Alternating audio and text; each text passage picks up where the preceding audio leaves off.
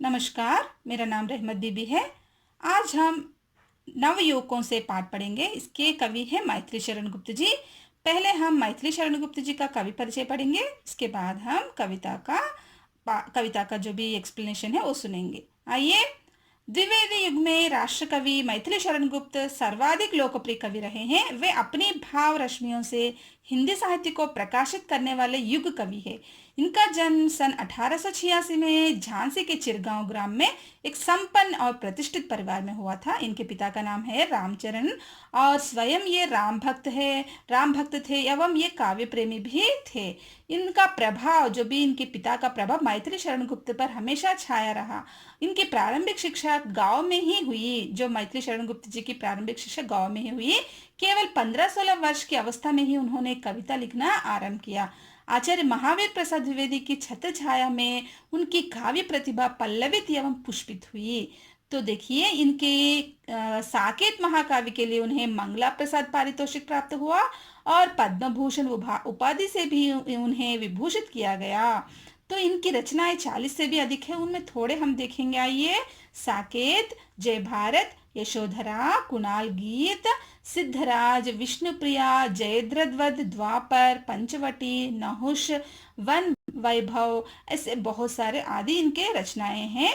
तो पहले प्रस्तुत रचना में नवयुवकों में वे युवकों को क्या संदेश दे रहे हैं और किसके बारे में रचना लिखे हैं, इसकी भी जानकारी हम आगे देखेंगे। आइए। प्रस्तुत रचना में गुप्त ने नवयुवकों को भोजपूर्ण भाषा में प्रेरित किया है और उनके अनुसार नवयुवक देश के भविष्य का निर्णय करने वाले प्रमुख स्रोत है। अतः उन्हें आगे आकर उत्साह के साथ देश के विकास में अपना योगदान देना बहुत जरूरी है। इस तरह वे नवयुवकों को प्रेरणा दे रहे हैं कि देश के उद्धार में भाग ले। प्रस्तुत रचना नवयुवकों से। तो इसके कवि है मैथिली शरण गुप्त जी। तो इसमें गुप्त जी नवयुवकों को संदेश दे रहे हैं कि हे नवयुवाओं, जाग जाओ, अब तुम्हें जागने की बारी आ गई है, क्योंकि देश का उद्धार अभी तुम्हारे हाथों में है। अगर तुम नहीं करोगे तो कौन करेगा। इस तरह गुप्त जी नवयुवकों को प्रेरणा दे रहे हैं कि देश के लिए कुछ करे। आइए अब रचना में चलते हैं। हे नवयुवाओं, देखिए, अभी कविता देखिए। हे नवयुवाओं, देश भर की दृष्टि तुम पर ही लगी है। मनुष्य जीवन की तुम्ही में ज्योति सबसे जगमगी। दोगे न तुम तो कौन देगा योग देशोद्धार में। देखो कहाँ क्या हो रहा है आजकल संसार में। तो देखिए, हमें तो गुप्त जी नवयुवकों से कह रहे कि हे नवयुवाओं, देश भर की दृष्टि तुम पर ही लगी। तो देश भर की दृष्टि किस पर है? नवयुवकों पर। तुम पर मतलब नवयुवकों पर है। तो तुम पर नवयुवकों के कह रहे कि तुम पर ही लगी है। मनुष्य जीवन की तुम्ही में ज्योति सबसे जगमगी। तो मनुष्य की जो भी जीवन की जो भी ज्योति है तुम्ही से जगमगेगी, क्योंकि तुम्हारे अंदर वो शक्ति है कि तुम कुछ भी कर सकते हो, किसी को भी बदल सकते हो, देश का उद्धार कर सकते हो, देश को सही रास्ते पर ला सकते हो। तो इसलिए मनुष्य की जीवन की जो भी ज्योति है तुम्ही से भी जगमगेगी। दोगे न तुम तो कौन देगा योग देशोद्धार में। तो गुप्त जी प्रश्न कर रहे हैं नवयुवकों से, अगर तुम नहीं दोगे तो देश के उद्धार में कौन योग देगा, क्योंकि तुम में इतनी ताकत है कि तुम कर सकते हो। अगर तुम्हें ताकत है फिर भी तुम आगे नहीं आ रहे हो, कुछ नहीं कर रहे, तो और कौन करेंगे। देखो कहाँ क्या हो रहा है आजकल संसार में। तुम जागो और देखो कि लोग कैसे भटक जा रहे हैं, संसार में क्या हो रहा है, देश देश देश की स्थिति कैसी है। तुम जागो और देखो संसार में क्या हो रहा है, क्योंकि अभी जो भी देश का उद्धार अभी तुम्हारे हाथों में है। देश का हित करने की जो भी उत्तरदायित्व अब तुम पर है, इसलिए तुम जाग जाओ। तुम्हें जागने की बारी आ गई है। देश के लिए कुछ करो। देश भर की दृष्टि अभी तुम पर है, इसलिए तुम्ही से ये ज्योति, देश की ज्योति जगमगेगी, मनुष्य की ज्योति जगमगेगी। इसलिए तुम आ जाओ, देश के उद्धार करने के लिए आ जाओ।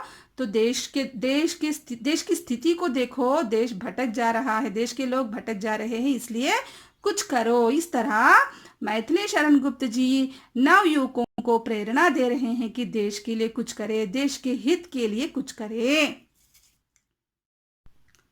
आगे की पंक्तियां देखिए। जो कुछ पढ़ो तुम कार्य में भी साथ ही परिणत करो, सब भक्त वर प्रहलाद की निम्नोक्ति को मन में धरो। कौमार में ही भागवत धर्माचरण कर लो यहाँ, नर जन्म दुर्लभ और वह भी अधिक रहता है कहाँ। तो देखिए अभी मैं ये भी एक्सप्लेन करूंगी एक एक पंक्ति करके। तो यहाँ पर मैथिली शरण गुप्त कह रहे हैं कि जो कुछ पढ़ो तुम कार्य में भी, तो तुम जो भी किताबी जो भी ज्ञान है तो जो भी तुम पढ़ते हो तो उसको कार्य रूप में बदल डालो, क्योंकि तुम पढ़कर मन में ही ऐसे ही मत रखो, चुपचाप मत रखो, उसे कार्य रूप में परिणत करो, बदल दो उसको कार्य रूप में। तो जो भी तुम काम कर रहे हो तो उसमें तो तुम्हारा जो भी ज्ञान है तो उसको इसमें भी लाओ। सब भक्त वर प्रहलाद की निम्नोक्ति को मन में धरो। तो देखिए यहाँ पर कह रहे कि भक्तवर प्रहलाद जो भी भक्त है तो उनकी निम्नोक्ति मतलब जो भी नीचे की उक्ति है उसको तुम्हारे मन में धारण कर लो। तो नीचे की उक्ति क्या है देखिए, कौमार में ही भागवत धर्माचरण कर लो, नर जन्म दुर्लभ और वह भी अधिक रहता है कहाँ। तो यहाँ पर कह रहे हैं कि कौमार में ही मतलब किशोरावस्था, जो तुम्हारी अवस्था जो टीनेज कहते हैं अंग्रेजी में, तो उसी उम्र में ही तुम्हें भागवत का धर्माचरण कर लेना चाहिए, धर्म का आचरण कर लेना चाहिए। मतलब क्या अच्छा है क्या बुरा है इसकी जानकारी रहकर अच्छे मार्ग पे चलना है, धर्म के रास्ते को अपनाना है। और कह रहे हैं कि नर जन्म दुर्लभ है, वह भी अधिक रहता है कहाँ। ये दुर्लभ मतलब बहुत कठिन से हमें नर जन्म मिलता है, मानव का जन्म, नर जन्म यानी मानव का जन्म बहुत कठिन से मिलता है, वह भी अधिक रहता है कहाँ। मतलब अधिक रहता ही नहीं है, क्योंकि हमारा जो भी लाइफ टाइम, तो पहले तो 70-80 साल 90 साल 100 साल भी जीते थे, अभी तो हमें 60 साल जिए तो ही बहुत ज्यादा है ना। अभी अधिक रहता है कहाँ, ये जो भी जन्म है अधिक भी नहीं रहेगा। इसलिए तुम्हें जो कुछ भी करना है जल्दी जल्दी कर डालो। मतलब जो कुछ भी अच्छे कार्य तुम समझ रहे हो तो उसको जल्दी ही कर डालो, क्योंकि ये मानव का जन्म बहुत दुर्लभ से बहुत कठिन से मिलता है, तो इसलिए तुम जल्दी कर डालो। और हमें अच्छे रास्ते पे चलने के लिए प्रेरणा दे रहे हैं, धर्म का आचरण करने के लिए प्रेरणा दे रहे हैं। तो हमें जो कुछ भी पढ़ते हैं उसको कार्य रूप में बदलने की जो प्रेरणा दे रहे हैं इसमें मैथिली शरण गुप्त जी। आगे की पंक्तियां देखिए। दो पथ असंयम और संयम है तुम्हें अब सब कहीं, पहला अशुभ है दूसरा शुभ है इसे भूलो नहीं, पर मन प्रथम की ओर ही तुमको झुकाएगा अभी, यदि तुम न संभलोगे अभी तो फिर न संभलोगे कभी। तो देखिए यहाँ पर मैथिली शरण गुप्त जी हमें संदेश दे रहे हैं, नव युवकों को संदेश दे रहे हैं और उन्हें सही रास्ते पर जाने के लिए प्रेरणा दे रहे हैं। कह रहे हैं कि तुम्हारे सामने दो पथ है, मतलब तुम्हारे सामने दो रास्ते हैं। तो देखिए यहाँ पर दो पथ, दो रास्ते हैं, एक असंयम और दूसरा संयम है तुम्हें अब सब कहीं।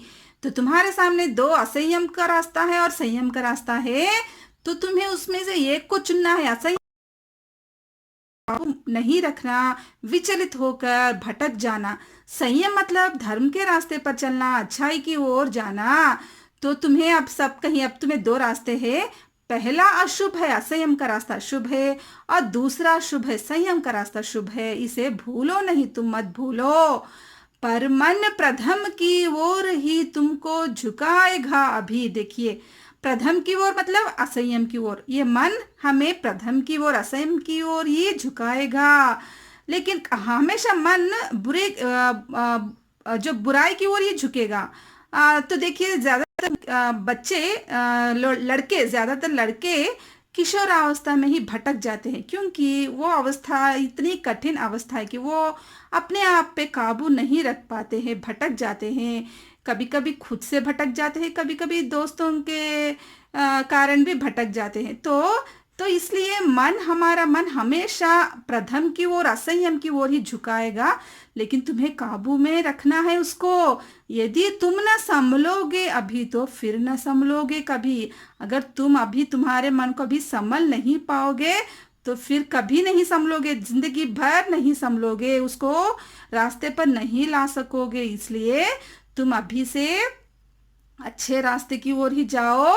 तो हमें प्रेरणा दे रहे हैं और अच्छे रास्ते की ओर जाने के लिए हमें संदेश दे रहे हैं मैथिली शरण गुप्त जी। तुम्हारे सामने दो रास्ते हैं। तुम प्रथम की ओर, मतलब प्रथम की ओर तुम्हें मन झुकाने की कोशिश करेगा, लेकिन तुम अपने आप पर संयम रखो, काबू रखो। तुम संयम के रास्ते को ही अपनाओ, अच्छे रास्ते की ओर ही जाओ, क्योंकि तुम नहीं आओगे तो जिंदगी भर तुम तड़पते रहोगे, कभी भी नहीं आ पाओगे।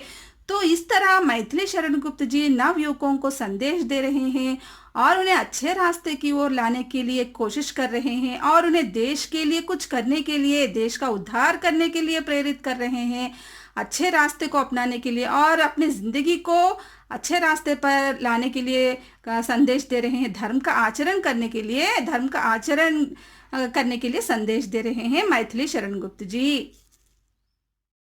धन्यवाद। आपको ये मेरा वीडियो पसंद आया तो आप लाइक कीजिए, शेयर कीजिए, सब्सक्राइब कीजिए, आपके दोस्तों के वीडियो शेयर कीजिए।